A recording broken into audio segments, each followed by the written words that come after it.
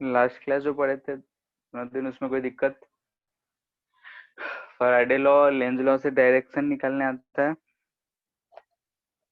Direction निकालने में कोई दिक्कत? No sir. No sir. ठीक है, ठीक है। तो उसी से अब न्यूमेरिकल से देखते हैं।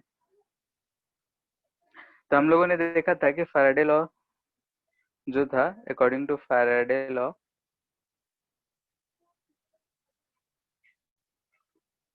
जो हम लोगों ने देखा कि फैराडे लॉ ने कहा कि अगर किसी लूप से अगर फ्लक्स चेंज हो रहा होगा तो ये D phi by D T होगा। ठीक है, ये चीज था। अब इसके बारे में अगर हम लोग देखें, ठीक है, इस चीज के बारे में अगर देख रहे हैं तो यहाँ से हम कह सकते हैं कि फर्स्ट पॉइंट कि अगर फाई जो होगा कांस्टेंट होगा, यानी किसी लूप से अगर फाई जो होगा कांस्टेंट होगा, यानी कि मैग्नेटिक फ्लक्स कांस्टेंट होगा लूप से, इसका मतलब ये हुआ कि हम बोल सकते हैं D phi by D T जो होगा वो जीरो होगा, यानी कि ईएमएफ जीरो, यानी कि उस लूप से जो करंट होगा वो जीरो होगा। यानी कि ऐसा सिचुएशन दे सकता है कि ये मैग्नेटिक फील्ड है और इस मैग्नेटिक फील्ड में एक ऐसा लूप रखा हुआ है। ये मैग्नेटिक फील्ड जो है वो कांस्टेंट है, ये ऐसा लूप रखा हुआ है, तो इसका जो एरिया होगा वो भी कांस्टेंट होगा। ठीक है, मान लेते हैं रेडियस आर है, इसका एरिया हम बोलेंगे कि पाई आर स्क्वायर होगा। तो फ्लक्स जो होगा हम लिखेंगे B into A cos of 0 degree, यानी कि बी पाई आर स्क्वायर होगा। और ये हमको दिख रहा है कि ये कांस्टेंट, यानी कि इसमें अगर हमसे करंट कहा जाए कि इसमें करंट कितना होगा तो करंट जीरो होगा। ठीक है, यानी कि अगर फ्लक्स कांस्टेंट रहा किसी भी लूप से तो जो हमारा ईएमएफ होगा वो जीरो, ईएमएफ जीरो तो करंट जीरो। ठीक है, second, if phi is not zero, not constant, ठीक है, फाई जो है कांस्टेंट नहीं है, यानी कि फाई चेंजिंग है, तो हमको D phi by D T जो होगा नॉट जीरो होगा। ठीक है, यानी कि अगर ये कांस्टेंट नहीं है तो ये वेरिएबल होगा, वेरिंग होगा। ठीक है, वेरिंग में ये इंक्रीजिंग भी हो सकता है और डिक्रीजिंग भी हो सकता है। वेरिंग है तो मे बी इंक्रीजिंग और डिक्रीजिंग, हम कह सकते हैं वेरी कर रहा है तो फ्लक्स चेंज होगा, या तो बढ़ रहा होगा या घट रहा होगा, यानी कि इस तरीके से होगा। सिंस फाई इक्वल टू होता है B A cos of theta, तो इसको हम कैसे कैसे चेंज कर सकते हैं? तो चेंज करने का कंडीशन क्या होगा कि बी को चेंज करें, बी जो होगा वो चेंज हो रहा हो, ठीक है, या फिर एरिया ये चेंज हो रहा हो, ठीक है, या फिर थीटा, यानी कि एंगल बिटवीन बी एंड ए ये चेंज हो रहा हो। ये तीनों में से कोई भी चेंज हो रहा होगा तो हम बोल सकते हैं कि फ्लक्स चेंज हो रहा होगा, या फिर दोनों का कॉम्बिनेशन, तीनों का कॉम्बिनेशन भी चेंज हो रहा हो, बी भी चेंज हो रहा हो, ए भी चेंज हो रहा हो और एंगल भी चेंज हो रहा हो। तो ऐसे केसेस में हमारा फ्लक्स चेंजिंग होगा, और चेंजिंग फ्लक्स होगा तो ईएमएफ जनरेट, यानी D phi by D T non zero होगा। इसका मतलब हम बोल सकते हैं ईएमएफ जो होगा वो नॉन जीरो होगा, और जो हमारा करंट होगा वो भी नॉन जीरो होगा सर्किट में। ठीक है, तो यहाँ से चेंज है तो ये जो होगा फंक्शन ऑफ टाइम, यानी कि टाइम के साथ साथ चेंज हो रहा हो। ये भी हो सकता है कि हमको बोले कि एरिया जो है किसी भी टाइम के साथ चेंज हो रहा है। ठीक है, जैसे कि अगर एग्जांपल ले ले तो ये लूप है, इस लूप को अगर हम इधर की तरफ मैग्नेटिक फील्ड में भेजे थे किसी भी से, लास्ट क्लास हम लोगों ने देखा था कि अगर इसको हम भी से भेजे थे तो टाइम के साथ साथ जैसे वो इन होगा उसका एरिया बढ़ता जाएगा, यानी कि टाइम के साथ साथ केस में इसका एरिया बढ़ रहा होगा, वही जब बाहर निकलेगा यानी कि उसका एरिया घट रहा होगा। तो इस केस में हम बोलेंगे कि मैग्नेटिक फ्लक्स जो है वो चेंज हो रहा होगा, यानी कि चेंज होने का कंडीशन ये होगा, या फिर कॉम्बिनेशन इसका चेंज हो तब भी हो सकता है। तो मैग्नेटिक फ्लक्स अगर चेंज होगा तो ईएमएफ नॉन जीरो होगा। यहाँ दिख रहा है कि जैसे ये इन होगा तो यहाँ पे एरिया बढ़ने लगेगा, ठीक है, यानी कि एरिया इंक्रीजिंग का केस होगी। थर्ड पॉइंट, ठीक है, अगर हम बोल रहे हैं कि E बराबर है minus D phi by D T, यानी कि अगर हमारे पास कोई एक लूप है, इस लूप में मैं किसी भी तरीके से मान लेते हैं ऐसा करंट बह रहा है, यानी कि इसमें जो ईएमएफ जनरेट होगा ई होगा, इसके पास थोड़ा सा रेजिस्टेंस होगा, वायर है तो रेजिस्टेंस होगा ही, यानी कि ऐसा हमको कुछ सर्किट दिख रहा होगा। पहले जो सिर्फ लूप था उसको अगर हम वायरिंग मैग्नेटिक फील्ड में पुट कर दिए तो उसमें एक ईएमएफ हमको दिख रहा है, उस वायर का कुछ ना कुछ रेजिस्टेंस तो होगा ही, और उसमें करंट दिख रहा है। तो हम यहाँ से हम आई लिख सकते हैं, एम्प्लाइज दैट कि आई जो होगा वो होता है ई बाई ओम्स लॉ से V equal to I R, E by R. इसको लिख सकते हैं minus one by R D five by, ठीक है। तो ये चीज आया हमारा current I equal to minus one by R D five by D T. Sir minus sign क्यों थे इसमें? बताए तो थे, लेंस लॉ क्या बोला था कि जो भी चेंज है उसका अपोज करेगा, यस सर, यानी कि इंक्रीजिंग फ्लक्स था तो उसको डिक्रीज करेगा, डिक्रीजिंग फ्लक्स है तो इंक्रीज करेगा, यानी कि उसका अपोजिट है, इसलिए माइनस साइन आया था। भूल गया था सर। ठीक है, यानी कि जो चेंजिंग फ्लक्स होगा उसके अपोजिट डायरेक्शन में, इसलिए माइनस साइन है। अब हम जानते हैं कि करंट है, यानी कि अगर कोई भी ऐसा रेजिस्टेंस है इससे अगर करंट कुछ बह रहा है तो हम जानते हैं कि इधर से कुछ क्यू भी बहा होगा, ठीक है, करंट है तो कुछ टाइम टी में चार्ज भी बहा होगा।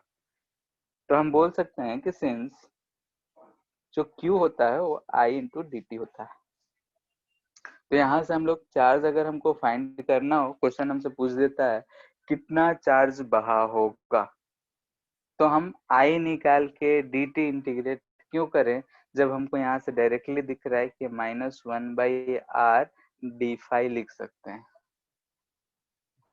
ठीक है। यानी कि अगर हमको चार्ज पूछेगा तो हम डायरेक्टली चेंज इन फ्लक्स निकाल के डिवाइड बाई आर कर देंगे, आर है रेजिस्टेंस यहाँ, ठीक है। तो अगर हमको ऐसा चीज दिया हो तो हम यही डायरेक्टली डी क्यू के लिए, अगर हमको चेंज इन फ्लक्स निकालना हो, चेंज इन फ्लक्स अगर निकाल लेंगे तो उसका डिवाइडेड बाई आर कर देंगे, माइनस लगा देंगे तो चार्ज फ्लो हमको पता चल जाएगा, क्योंकि हम जानते हैं क्यू बराबर होता है आई डी टी, आई का वैल्यू पता है, ई का वैल्यू पता है,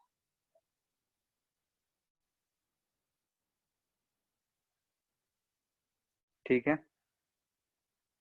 अब इन्हीं सबसे रिलेटेड क्वेश्चंस देखते हैं हम लोग, ठीक है। तो सारे क्वेश्चंस देखेंगे एक एक करके।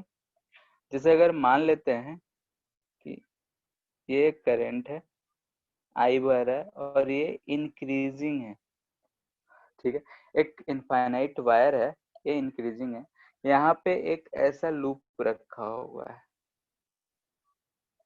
ठीक है। हमसे पूछा जा रहा है कि direction of current in loop क्या होगा।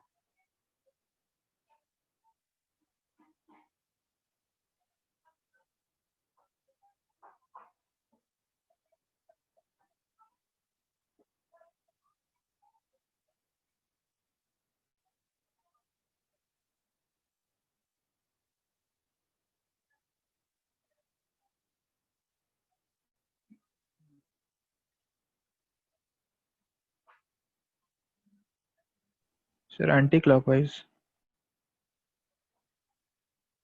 देखते हैं, इस जो डायरेक्शन है इसका देखेंगे, अगर हम थंब को, राइट हैंड के थंब को करंट के लॉन्ग रखे और कर्ल करे फिंगर्स को, तो फिंगर्स को कर्ल कर रहे हैं, तो इस रीजन में हमको दिख रहा है कि मैग्नेटिक फील्ड ऐसा इनटू द प्लेन होगा, ठीक है। और चूंकि करंट बह रहा है तो हम मैग्नेटिक फील्ड जानते हैं कि mu naught I by 2 pi R लिखते हैं। तो करंट अगर बह रहा है तो मैग्नेटिक फील्ड भी बढ़ रहा होगा। मैग्नेटिक फील्ड यानी कि इंक्रीजिंग है तो उसको डिक्रीज करने के लिए करंट इसमें ऐसा एंटी क्लॉकवाइज बह रहा होगा, ठीक है। तो इसमें करंट जो होगा ऐसा बह रहा होगा, यानी कि इनटू द प्लेन जो बी है वो इंक्रीजिंग है, तो इसको डिक्रीज करने के लिए करंट ऊपर की तरफ होगा। यहाँ पे है कि जो मैग्नेटिक फील्ड है बी इक्वल टू 2t दे रखा है, प्लस 2t है, यानी कि टाइम हम जानते हैं निगेटिव नहीं होता है, यानी कि समय के साथ साथ ये मैग्नेटिक फील्ड बढ़ रहा है। इसमें एक लूप रखा हुआ है, ठीक है, स्क्वायर लूप है जिसका साइड ए, ठीक है, and resistance R, then find current as function of time t।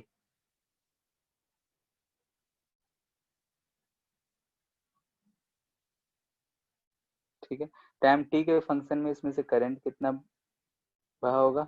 Second, charge flown in 3 seconds, दोनों चीज हमको फाइंड करना है।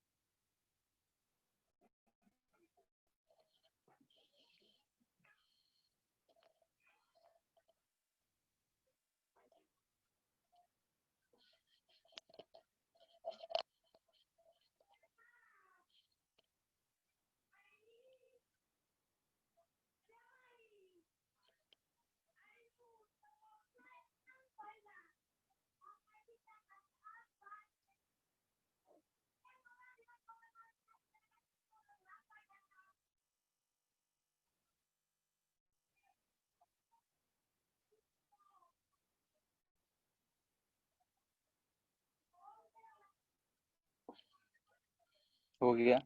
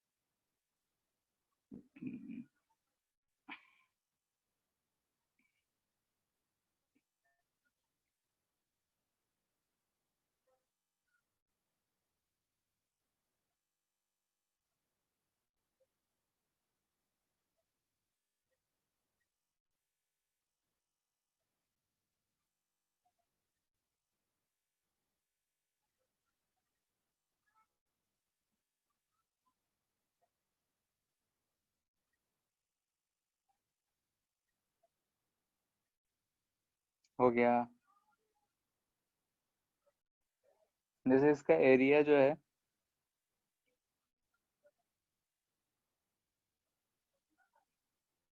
एरिया दिख रहा है ए स्क्वायर है, तो फिक्स। मैग्नेटिक फील्ड 2t है और एंगल दोनों के बीच में है, तो एरिया का डायरेक्शन भी इनटू द प्लेन है, तो थीटा जो है 0 डिग्री। तो हम फ्लक्स अगर लिखेंगे तो लिखेंगे यहाँ से 2a²t, ठीक है। तो यहाँ से d∅dt हमको मिल जा रहा है 2a², ठीक है। तो हम EMF निकाल रहे हैं तो इसका मैग्नीट्यूड ही निकाल रहे हैं, डायरेक्शन हम फिलहाल नहीं देख रहे हैं। तो ये हो जाएगा -d∅dt, यानी कि 2a²। तो करंट जो होगा होता है E/R, यानी कि लिखेंगे 2a²/R।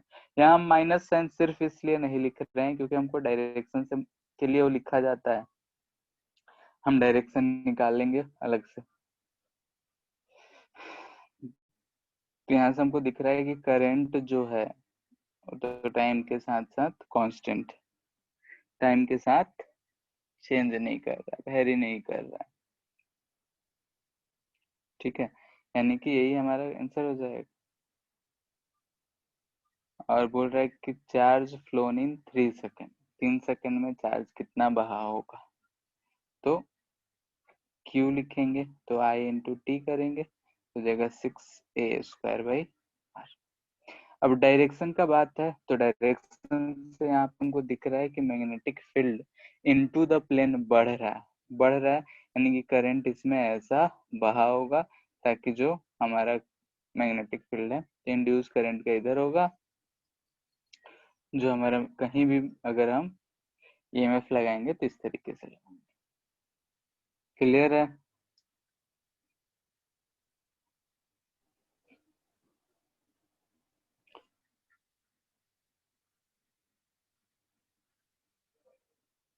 ठीक है, यहाँ पे मैग्नेटिक फ्लक्स जो दे रखा है वो दे रखा है 3 a t³ minus b t² tesla metre square, यानी कि टाइम के साथ साथ ये वेरी कर रहा है।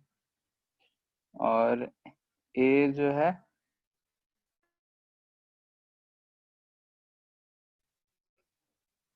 सेकेंड का -6 है and b equal to 6 second minus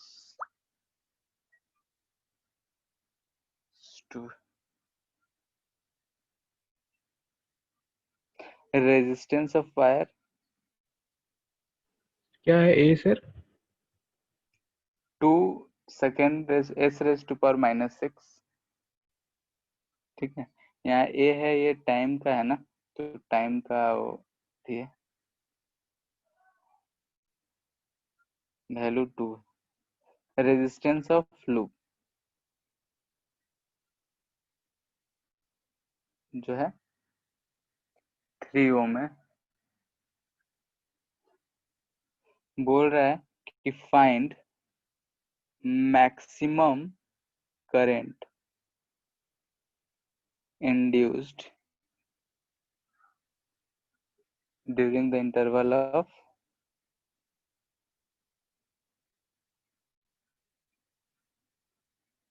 t equal to 0 to 2 second.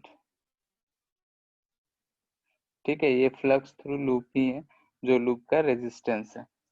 Question ये है कि किसी लूप है, लूप दे नहीं रखा है, बोल रहा है कि उस लूप के थ्रू जो फ्लक्स है टाइम के साथ साथ ऐसे वेरी कर रहा है। ए और बी का वैल्यू दे रखा है, रेजिस्टेंस ऑफ लूप दे रखा है, बोल रहा है कि find maximum current induced during the interval of t equal to 0 to 2 second.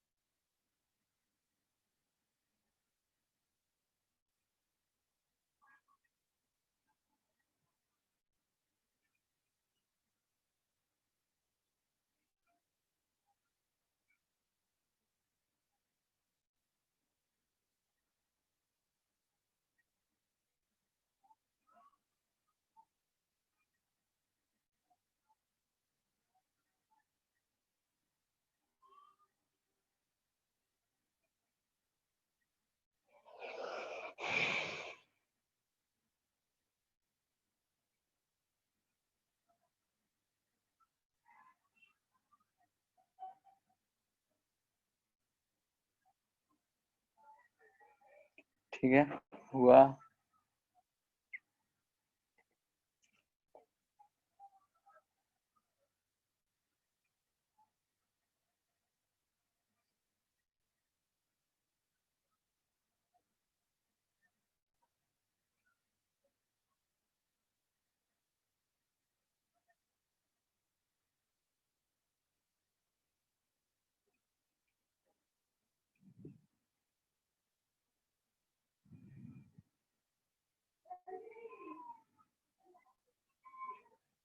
देखो यहाँ फाई दे रखा है, तो हम ई का मैग्नीट्यूड निकाल सकते हैं D phi by D t, तो इतना आएगा I equal to E by are.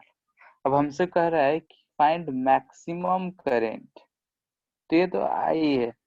Maximum current के लिए यानी कि हम बोल सकते हैं फॉर मैक्सिमम करंट अगर हमको चाहिए होगा, तो हमको इसके लिए D I by D T को 0 करना पड़ेगा।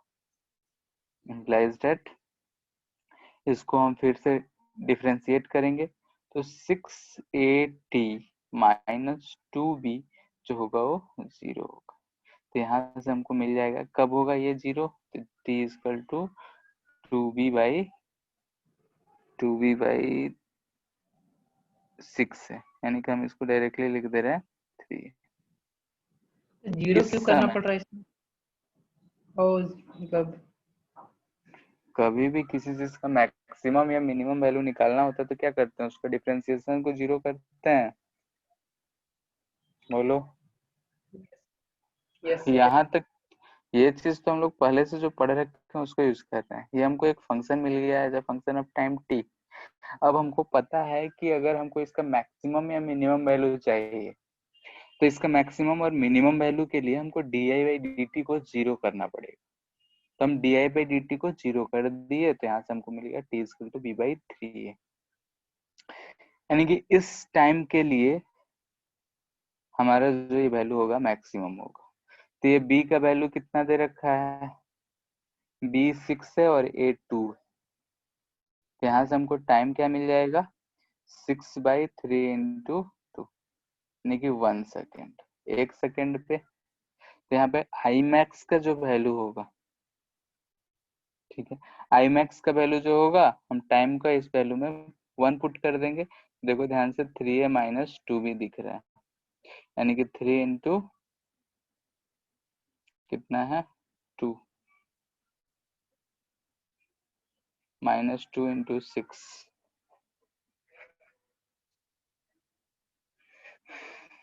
12 माइनस 6 एम्पियर दिख रहा है। ठीक है, यहाँ माइनस इसलिए आ रहा है क्योंकि हम लोग कहीं भी जो है वैल्यू यूज नहीं कर रखे हैं। ठीक है, यानी कि हर जगह मॉड यूज करें हैं, तो यहाँ पे मॉड यूज करेंगे तो हमको मैग्नीट्यूड से मतलब है। ठीक है, क्योंकि कहीं भी d I by D t, d q by d five by D t, हर जगह हम लोगों ने सिर्फ मैग्नीट्यूड का बात करा है। तो यहाँ पे हम इसका मैग्नीट्यूड लेंगे, तो जो मैक्सिमम करंट होगा वो होगा 6 एम्पियर। कब होगा, at T equal to 1 second.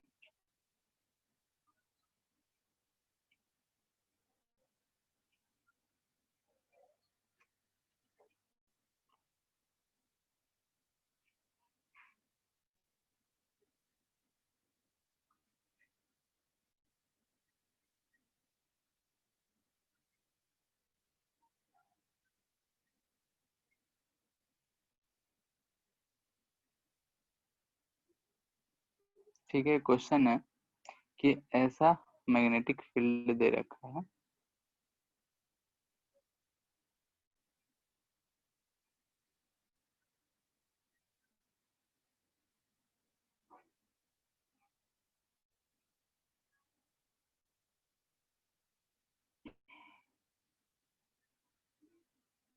ठीक है, इसमें ऐसे ऐसे लूप दे रखे हैं।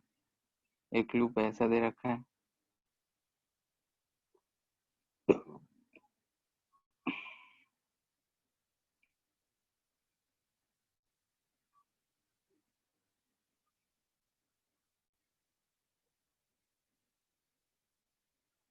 ठीक है, एक लूप ऐसा दे रखा है,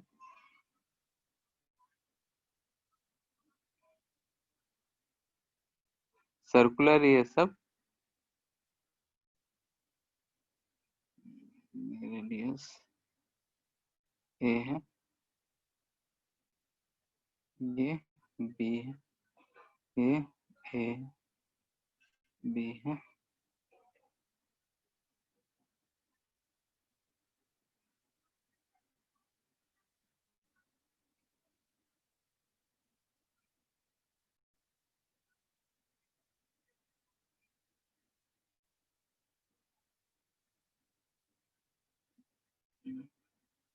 ठीक है। ऐसा लूप दे रखा है, हमसे कुछ कह रहा है रेजिस्टेंस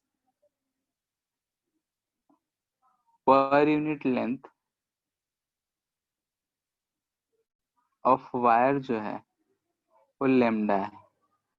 ठीक है, lambda is resistance per unit length, एक यूनिट लेंथ का जो रेजिस्टेंस है लेमडा है। तो हमसे इंड्यूस करंट निकालने पूछ रहा है कि तीनों केस में ए बी सी।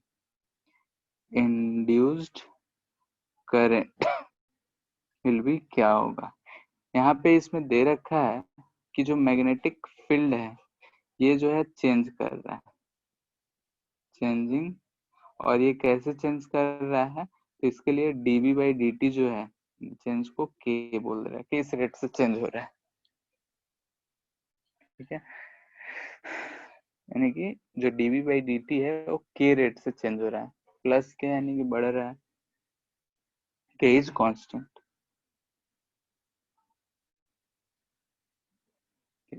मतलब 2 होता तो टाइम के साथ साथ 2 4 10 ऐसे ही पर सेकेंड बढ़ रहा है। Magnetic field per unit time k से चेंज हो रहा है। तो हर केसेस में हमको फाइंड करना है।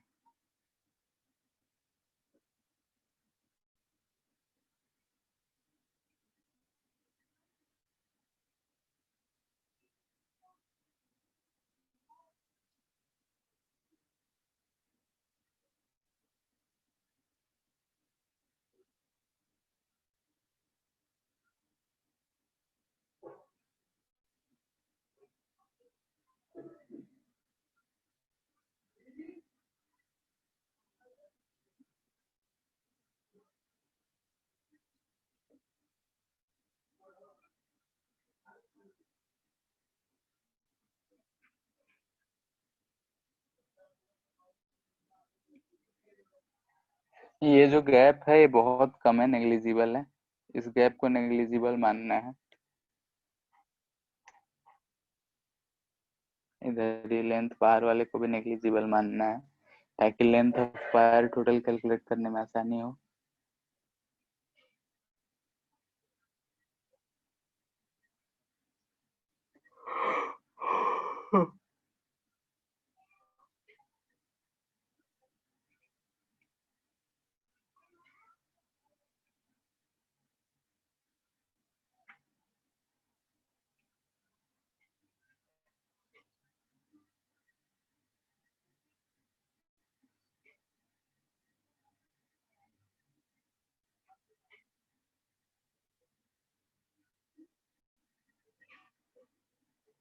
तो फर्स्ट केस में हमको फ्लक्स फाइंड करना है।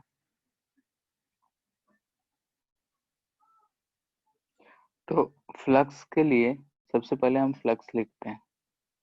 तो फ्लक्स पहला केस है तो phi1 कर देते हैं। ये कितना आएगा, तो एरिया ध्यान से देखो तो हमको दिख रहा है पाई a square plus b square, यानी दोनों सर्कल का रेडियस जोड़ देंगे इनटू मैग्नेटिक फील्ड बी, यही आएगा हमारा फ्लक्स। तो यहाँ से हमको दिख रहा है कि D phi1 by D T, हमको यहाँ मैग्नीट्यूड से मतलब है तो हम इसको लिख लेते हैं। तो पाई ए भी कांस्टेंट है, बी भी कांस्टेंट है, यहाँ बचेगा dB बाई डी टी, यानी कि dB बाई डी टी का वैल्यू दे रखा है k। ऐसा है तो हम ऐसे लिख सकते हैं, क्यों, क्योंकि अगर हम बोल रहे हैं कि phi equal to A into B होता है, ठीक है, तो इसको अगर हमको D phi by D T लिखना है तो हम इसको लिख सकते हैं A D B by D T plus B D A by D T, product rule से। तो वही चीज यूज कर रहे हैं। अब चूंकि ए कांस्टेंट है तो D A by D T 0 हो जाएगा, तो ये चीज लिख सकते हैं, इसको लिख सकते हैं pi k a square plus b square. ये हमको फ्लक्स आ गया, d phi by D t आ गया, यानी कि ईएमएफ जो आया वो यही आया, k pi a square plus p a square. ठीक है, अब हमको निकालना है करेंट।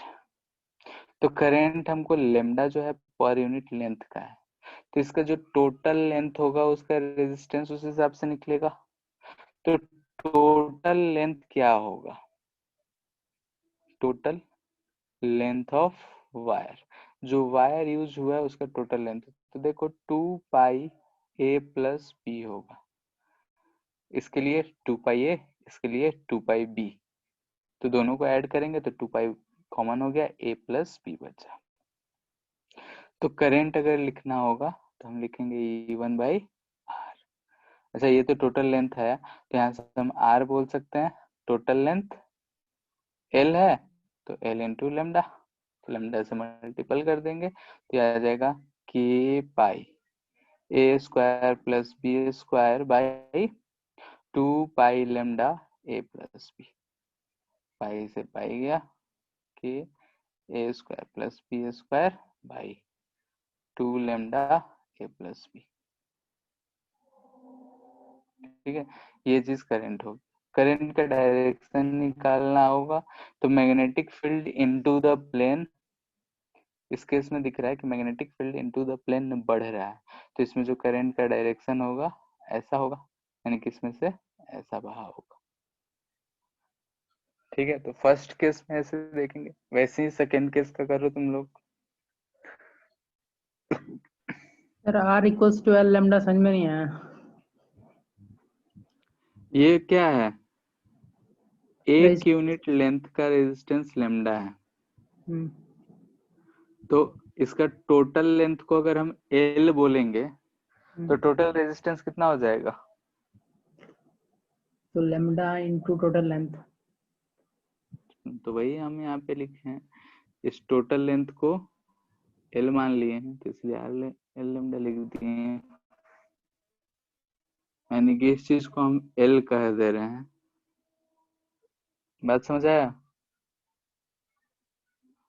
Yes sir. ठीक है, तो सेकेंड वाले के लिए सॉल्व करो कुछ क्वेश्चन।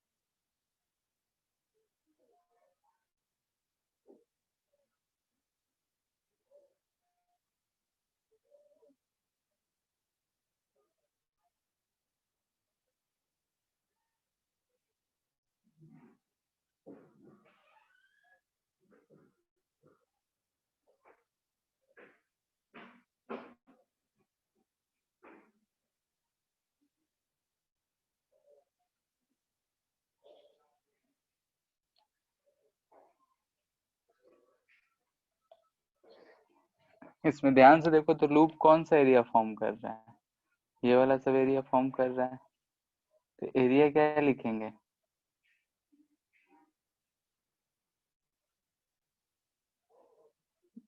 तो फाई अगर लिखना होगा फाई टू, तो एरिया लिखेंगे, ध्यान से देखो, पाई बड़ा वाले का रेडियस का स्क्वायर माइनस छोटे वाले का रेडियस का स्क्वायर इनटू बी, तो यहाँ से d phi two by pi b square minus a square, यहाँ d B by D T, यानी कि लिख सकते हैं k pi minus a square. ध्यान से देखो तो रेजिस्टेंस फिर से लेंथ उतना ही आना है, रेजिस्टेंस सेम आएगा, इस केस में हम आई लिख देते हैं k pi b square minus a square by resistance, resistance तो यही रहेगा, सेम लेंथ है, तो 2 pi lambda into a plus b, pi से पाई गया,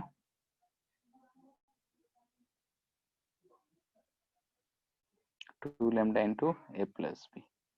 ठीक है, एरिया यहाँ पे ये क्यों लिए, तो एरिया यहाँ ध्यान से देखो तो हमको एरिया जो है इफेक्टिव ये एरिया है, इस एरिया के थ्रू फ्लक्स चेंज हो रहा होगा, तो इसलिए हम वही एरिया लिए।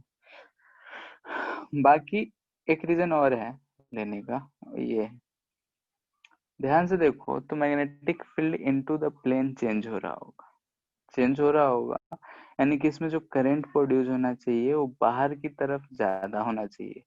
तो देख रहे हैं कि इसमें से करंट ऐसा बाहर तो आ रहा है, लेकिन इसमें ऐसा जा रहा है, ठीक है, अंदर वाले में वैसे जा रहा है, यानी कि अंदर वाले को सिर्फ हम कंसीडर करते तो उसके लिए इनटू द प्लेन है और बाहर वाले के लिए आउट ऑफ द प्लेन है।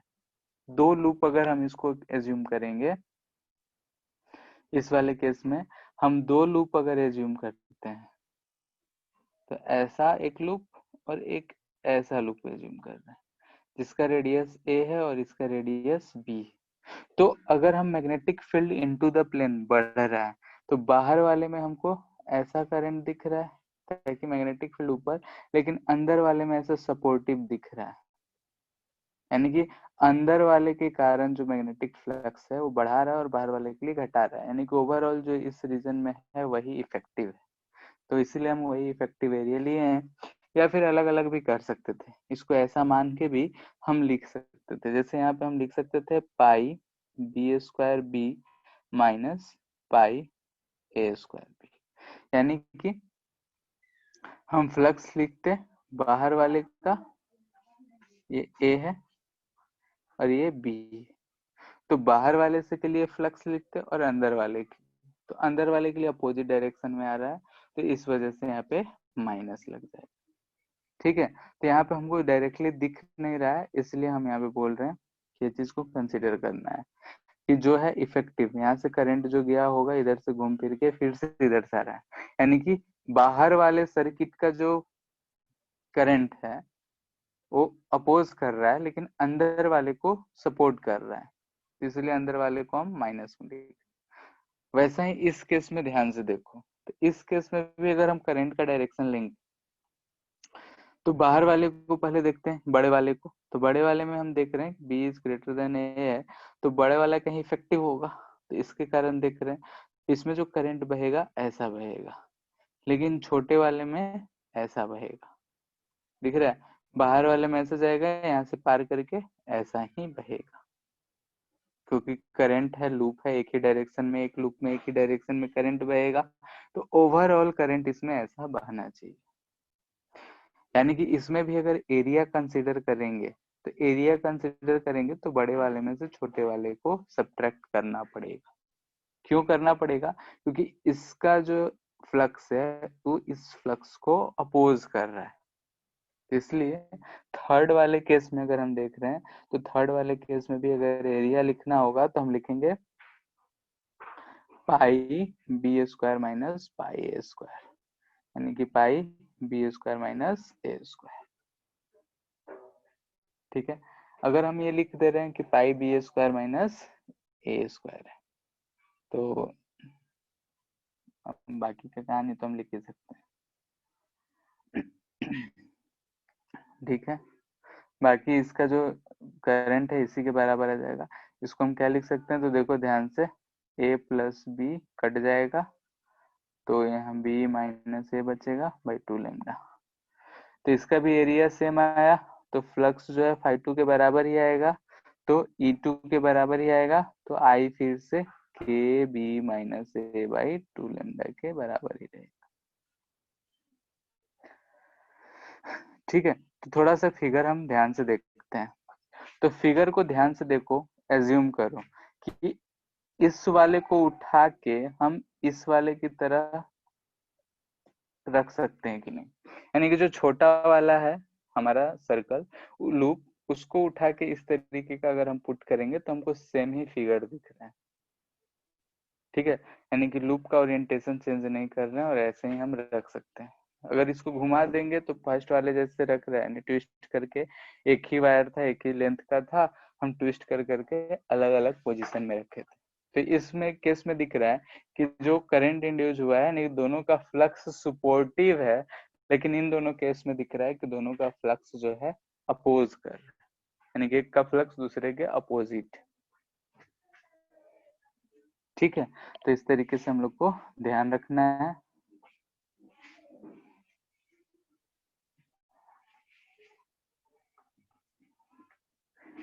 एक चीज और, अभी इसको छोड़ो, बाद में करते हैं। जो हम यहाँ पे, चलो लिख ही लेते हैं यहाँ पे, छोटा सा बात है। For loop having n turns, ठीक है, अगर n टर्न्स रहेगा तो हम उसके लिए लिखेंगे -n d∅dt। ठीक है, इस चीज को ध्यान में रखने की कोई बड़ा चीज नहीं है। एक लूप के कारण d∅dt, तो n नंबर है, तो n d∅dt। क्वेश्चन है,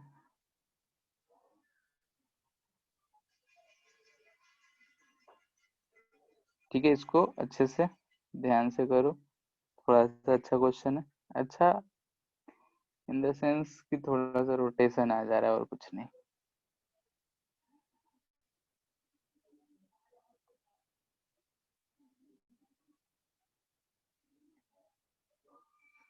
ठीक है, ये r रेडियस है, r रेडियस का ये हमारा डिस्क, ये इसका एक्सिस है।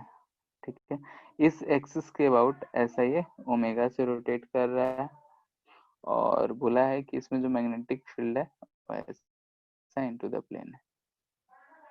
ठीक है, मैग्नेटिक फील्ड कांस्टेंट है।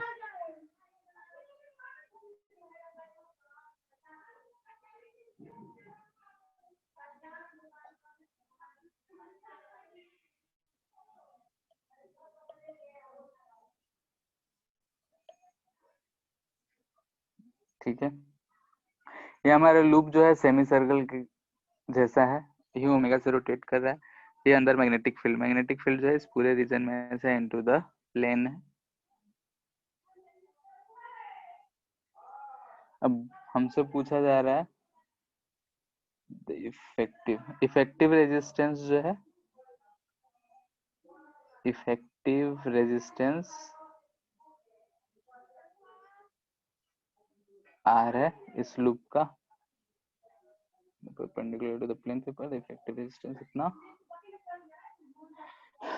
पहला है,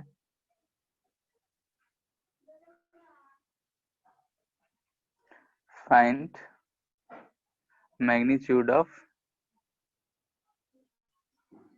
इंड्यूस्ड करंट। सेकेंड,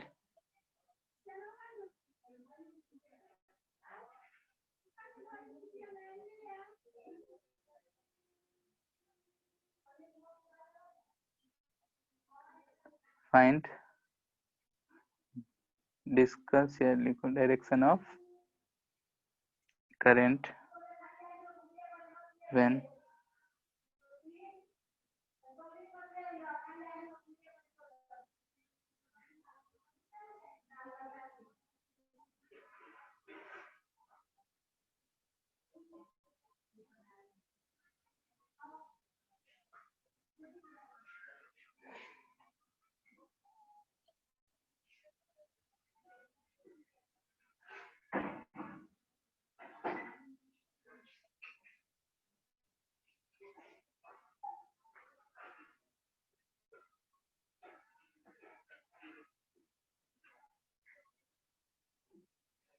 ठीक है, ये तीनों चीज करना है, आराम से सोच के करो।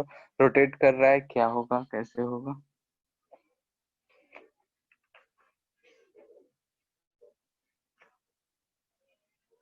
टफ नहीं है।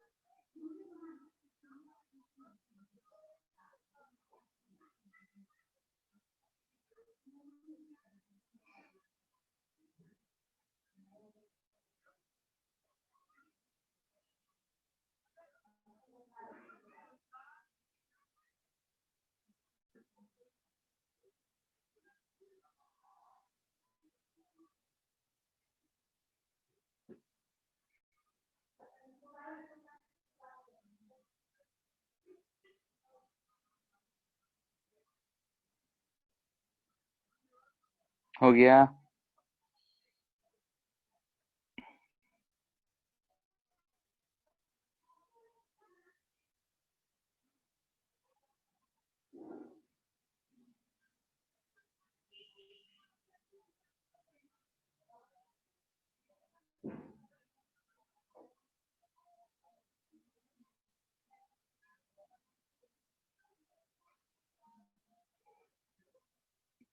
ठीक है, जब इन कर रहा होगा तो किसी टाइम टी पे ओमेगा से घुमा होगा तो एंगल थीटा घुमा होगा।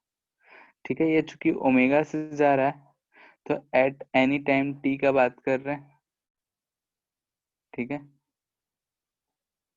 तो यहाँ से थीटा जो होगा ओमेगा इंटू टी होगा। अब देखो यहाँ ध्यान से, तो जो इन में एरिया है यही होगा, यानी कि एरिया इनसाइड। ठीक है, मैग्नेटिक फील्ड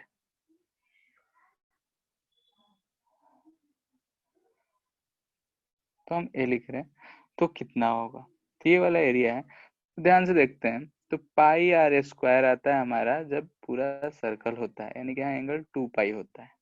तो यहाँ थीटा है तो इसको क्या लिखेंगे, theta by 2 into R square, यानी कि हो जाएगा are square by 2 omega into T.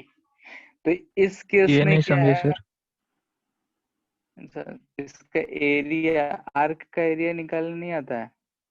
जैसे ये कोई आर्क है, ये एंगल थीटा है, तो इसका एरिया क्या होगा।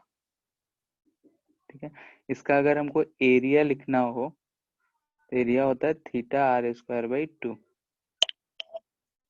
ठीक है, कैसे हम इसको याद रख सकते हैं, तो याद रखने का ये सर्कल है, सर्कल पे यहाँ सेंटर पे कितना एंगल बनता है 2 पाई, और इसका एरिया क्या होता है पाई आर स्क्वायर, यानी कि 2 पाई बाई 2 आर स्क्वायर होता है। थीटा की जगह हम क्या कर दिए 2। बात समझ आया? Yes sir. ठीक है, तो यहाँ से हम लोग देखें कि अगर टी टाइम में ये ओमेगा से रोटेट कर रहा है तो एंगल थीटा यानी ओमेगा टी रोटेट किया होगा, तो एरिया कितना इनसाइड होगा, तो r square two omega t. तो यहाँ से हमको दिख रहा है मैग्नेटिक फील्ड तो कांस्टेंट है लेकिन एरिया चेंज हो रहा है। तो अगर हम फ्लक्स लिखेंगे तो क्या लिखेंगे, ए इंटू बी, यानी कि r square b omega by 2 into t. ये सब कांस्टेंट है इसलिए एक साथ कर दिए।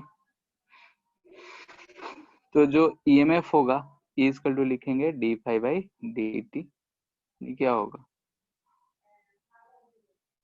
Are square b omega by 2। ठीक है, मैग्नीट्यूड ही लिख रहे हैं तो मॉड लगा दिए, माइनस है तो क्या है, इतना बात क्लियर है। तो ई आ गया, आ, और रेजिस्टेंस तो दे ही रखा है हमको, रेजिस्टेंस दे रखा है तो हम लोग आई लिख सकते हैं। तो आई अगर लिखेंगे तो क्या आ जाएगा, अच्छा ध्यान रहे रेडियस स्मॉल आर है तो स्मॉल आर यूज करते हैं, नहीं तो दोनों आर आर हो जाएगा। ठीक है, तो ये हो जाएगा are square b omega by 2r, क्योंकि ई बाई आर होता है।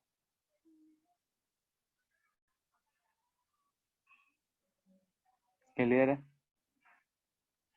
करंट आ गया। डायरेक्शन, डायरेक्शन तुम लोग बताओ, जब इन हो रहा है तो क्या होगा?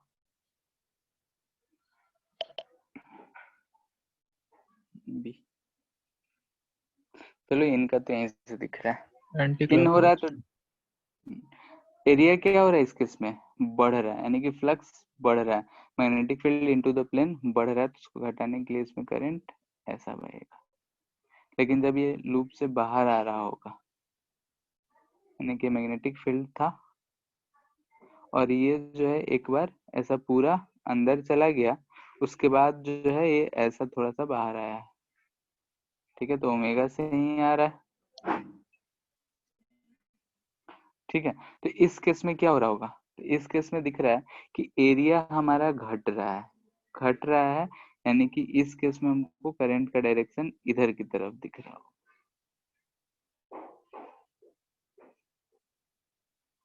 दिख रहा है? दूसरा कलर ऐसा। ठीक है, तो इन द प्लेन जा रहा था तो एंटी क्लॉकवाइज, और जब आउट आ रहा है तो क्लॉकवाइज। तो डायरेक्शन हो गया सी। सी जो है EMF versus time curve.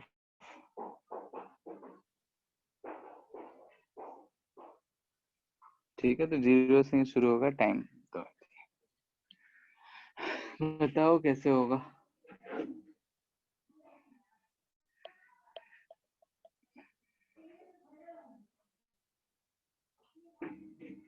EMF जो आ रहा है हमारा इतना आ रहा है, r square b omega by 2।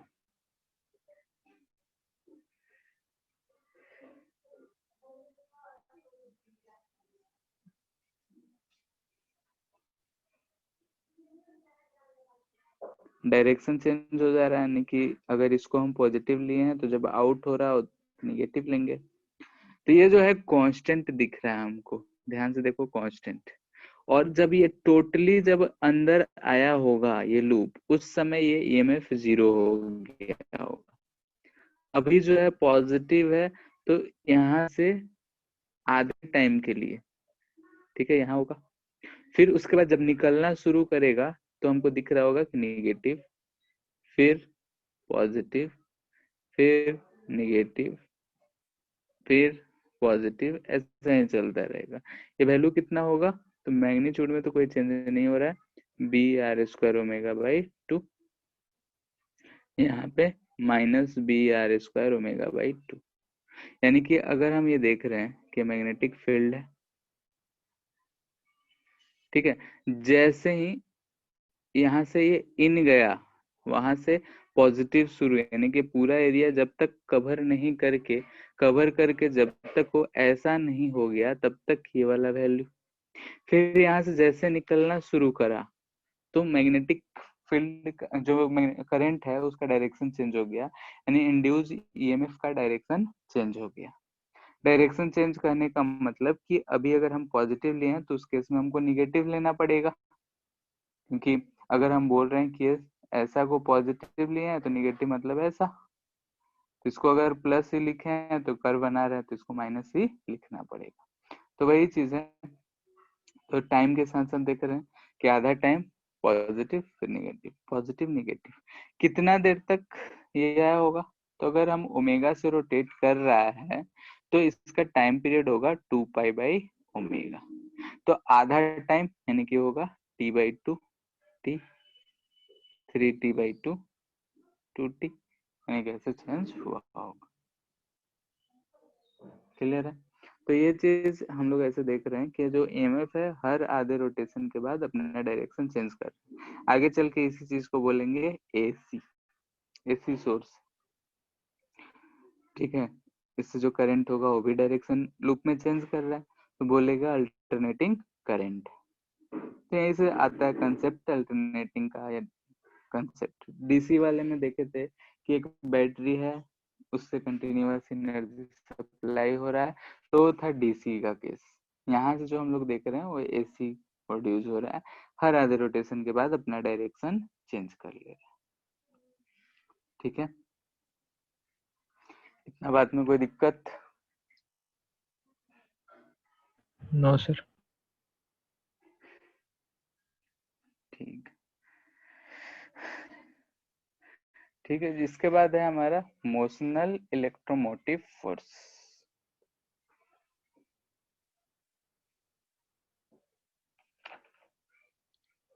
Electromotive force short form में बोल,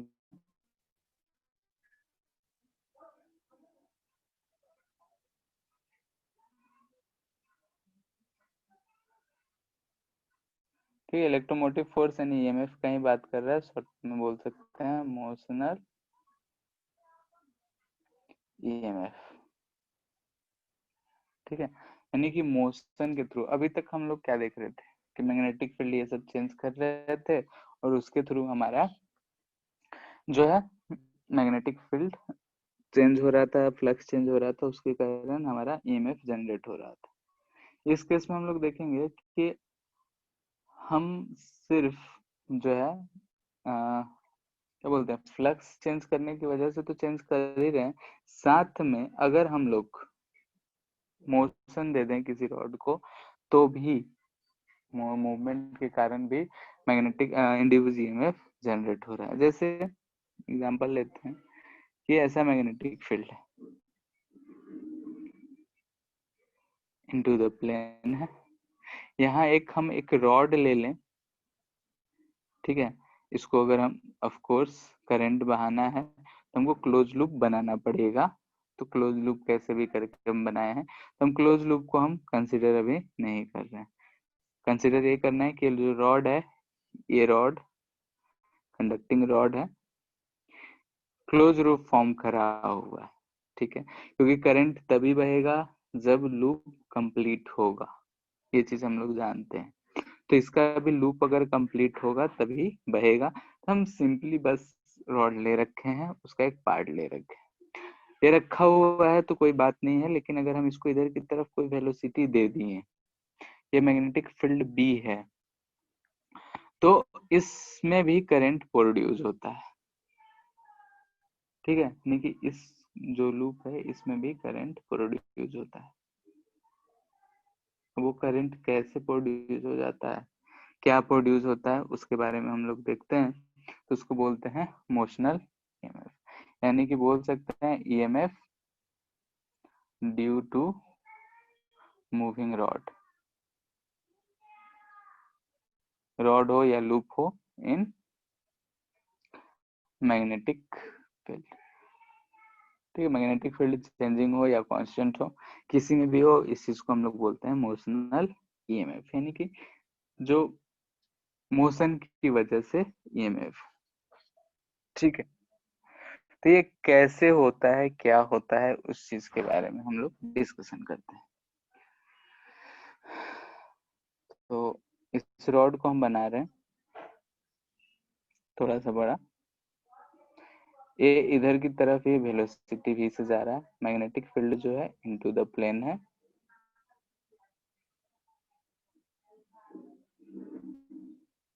ठीक है, यहाँ पे हमने एक इलेक्ट्रॉन को देखा, इलेक्ट्रॉन दिख रहा है किधर, v वेलोसिटी से जा रहा है। तो हम जानते हैं कि force on electron, force on electron जो होगा F लिखेंगे Q V क्रॉस, ठीक है, ये लिखेंगे। फोर्स इस पे ये लग रहा होगा, इलेक्ट्रॉन है, निगेटिव चार्ज है, भी इधर क्रॉस करेंगे यानी कि इस पे जो फोर्स लग रहा होगा इधर की तरफ लग रहा होगा।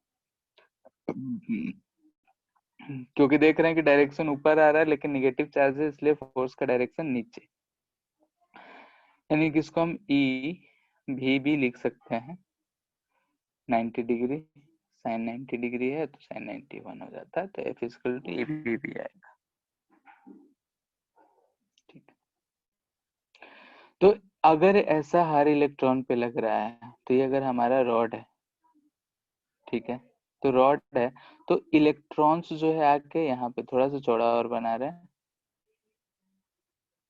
इसका रिजल्ट क्या आया कि हमारा जो रॉड है इलेक्ट्रॉन सब इधर की तरफ आ गए।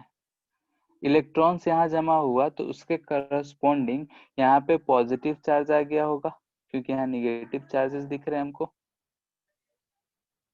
ठीक है, यानी कि रॉड था, अगर हम मान रहे हैं कि इसमें अगर हम कनेक्ट नहीं किए हैं किसी वायर से तब भी ये सिचुएशन जनरेट हो गया। यानी कि कंडक्टर है जिसमें फ्री इलेक्ट्रॉन्स बहुत सारे होते हैं, उस पर फोर्स नीचे लग रहा है तो यहाँ पे इलेक्ट्रॉन्स आके इकट्ठे हो जाएंगे। यानी कि इसकी वजह से हम बोलेंगे कि electrons get collected at one end of the rod. ठीक है, एक एंड पे रॉड कनेक्ट हो जाएगा, यानी कि इलेक्ट्रॉन आया तो बदले में दूर पॉजिटिव चार्ज तो छोड़ के आया होगा, यानी कि positive charge will appear on other and. ठीक है, इसकी वजह से अदर एंड पे ऐसा हो जाएगा। अब हम जानते हैं कि एक तरफ पॉजिटिव एक तरफ निगेटिव, यानी कि बीच में ऐसा इलेक्ट्रिक फील्ड जनरेट हो गया होगा। ये इलेक्ट्रिक फील्ड नीचे की तरफ जनरेट हो गया होगा। ठीक है, यानी कि इलेक्ट्रिक फील्ड ऐसा जनरेट हुआ होगा। तो यही इलेक्ट्रिक फील्ड जो होता है हमारा रीजन होगा इस इक्विलिब्रियम का कंडीशन का। यानी कि अगर हम देख रहे हैं कि ऐसा चीज हो रहा है तो हम बोल सकते हैं कि इलेक्ट्रिक फील्ड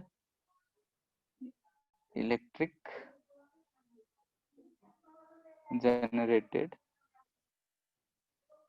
एज सून। ठीक है, इलेक्ट्रिक फील्ड जनरेट होगा, यानी कि अब हमारे पास ये जो इलेक्ट्रॉन था, ठीक है,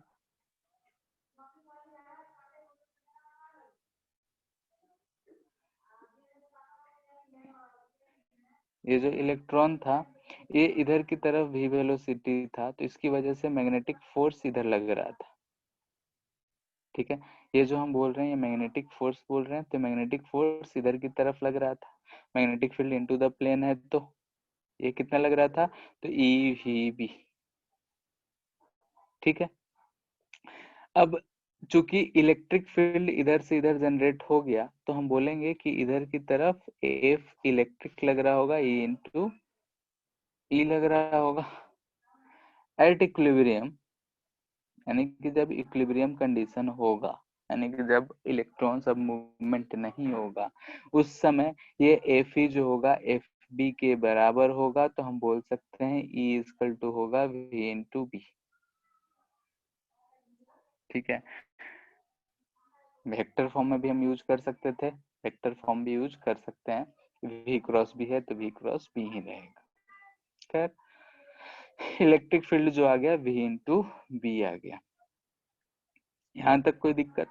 अब हमको ध्यान से देखो, इलेक्ट्रिक फील्ड आ गया तो यहाँ सब हम ऐसा सिचुएशन हमको दिख रहा है कि इधर ये पॉजिटिव चार्ज इधर नेगेटिव चार्ज, इसके बीच में इलेक्ट्रिक लेंथ ये एल और इलेक्ट्रिक फील्ड का डायरेक्शन ये। तो बताओ इसके बीच का पोटेंशियल डिफरेंस, ये है पोटेंशियल डिफरेंस। ठीक है, तो ये जो पोटेंशियल डिफरेंस होगा ईएमएफ लिख देते हैं। ठीक है, ई जो होगा वो कैसे होगा, ये जो ईएमएफ ई है तो हम जानते हैं कि ई जो होता है वी इलेक्ट्रिक फील्ड, ऐसे लिखते हैं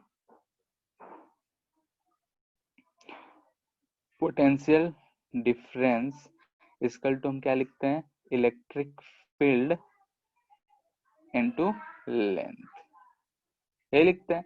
तो potential difference E equal to हम लिख रहे हैं इनटू एल, तो यहाँ से हमको ईएमएफ ई मिल गया, कितना ई था वी बी एल, तो ईएमएफ हमको मिल जाएगा वीवीएल। यानी कि फाइनली हम इसको कंक्लूड करेंगे तो हमको ये मिल रहा है कि एक रॉड है, अगर किसी मैग्नेटिक फील्ड में मूव कर रहा है, ठीक है, तो ये वी है, मैग्नेटिक फील्ड बी है, तो जो ईएमएफ लिखेंगे वो लिखेंगे एल वी क्रॉस बी। ठीक है, तो इस चीज को हम लोग बोलते हैं मोशनल ईएमएफ। यहाँ पे हम 90 डिग्री लिखे थे, तो 90 डिग्री था इसलिए BVL आ गया था। मोस्टली केसेस में 90 डिग्री ही रहेगा, लेकिन अगर नहीं दिया रहेगा तो हम इसको ऐसे यूज कर सकते हैं। ठीक है, अब यहाँ पे यूज कर लेते हैं, वो चीज अलग है, लेकिन टोटली वेक्टर फॉर्म में अगर यूज करा जाए, अगर DL लेंथ वेरी करे फॉर जो ओरिजिनल है, फॉर्मूला ये लिख रहे हैं, क्योंकि तुम लोग मैथ्स के हो नहीं तो इसलिए हम इस पे ज्यादा जोर नहीं देंगे। B.DL, ठीक है, A से B, ये चीज आता है हमारा EMF। इसको बोलते हैं हम लोग वेक्टर ट्रिपल प्रोडक्ट। ठीक है, इस चीज को बोलते हैं वेक्टर ट्रिपल प्रोडक्ट है, क्रॉस भी है, डॉट भी है। तो ये मैथ वालों के लिए है, तुम लोग को बस फॉर्मूला के लिए लिख दिए हैं, बाकी हम लोग ऊपर वाले से ही काम चला लेंगे। ठीक है,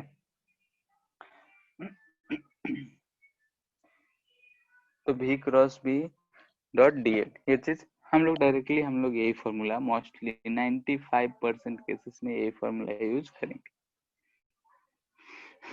ठीक है, तो यहाँ तो हम वेक्टर नहीं लिखते हैं, फिर BVL।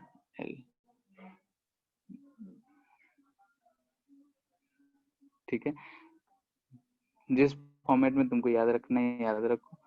ये चीज जो है वेक्टर ट्रिपल प्रोडक्ट होता है, वेक्टर का ट्रिपल प्रोडक्ट कहते हैं इसको।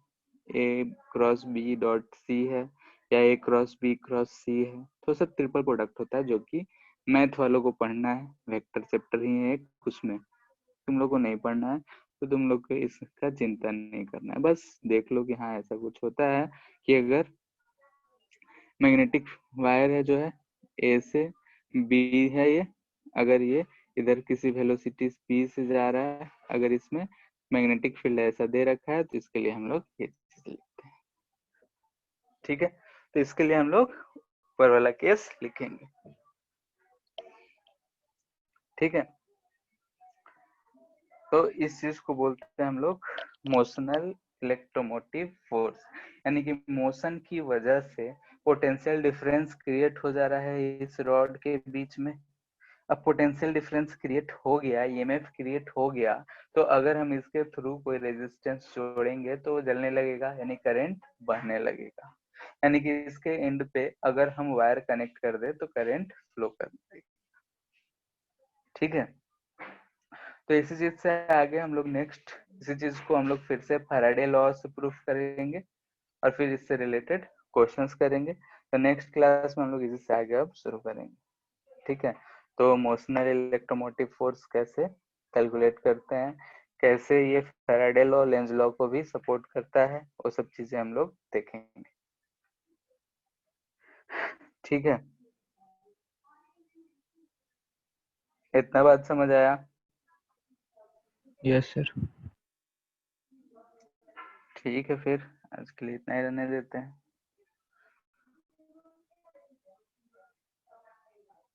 ठीक है, फिर एंड कर रहे हैं।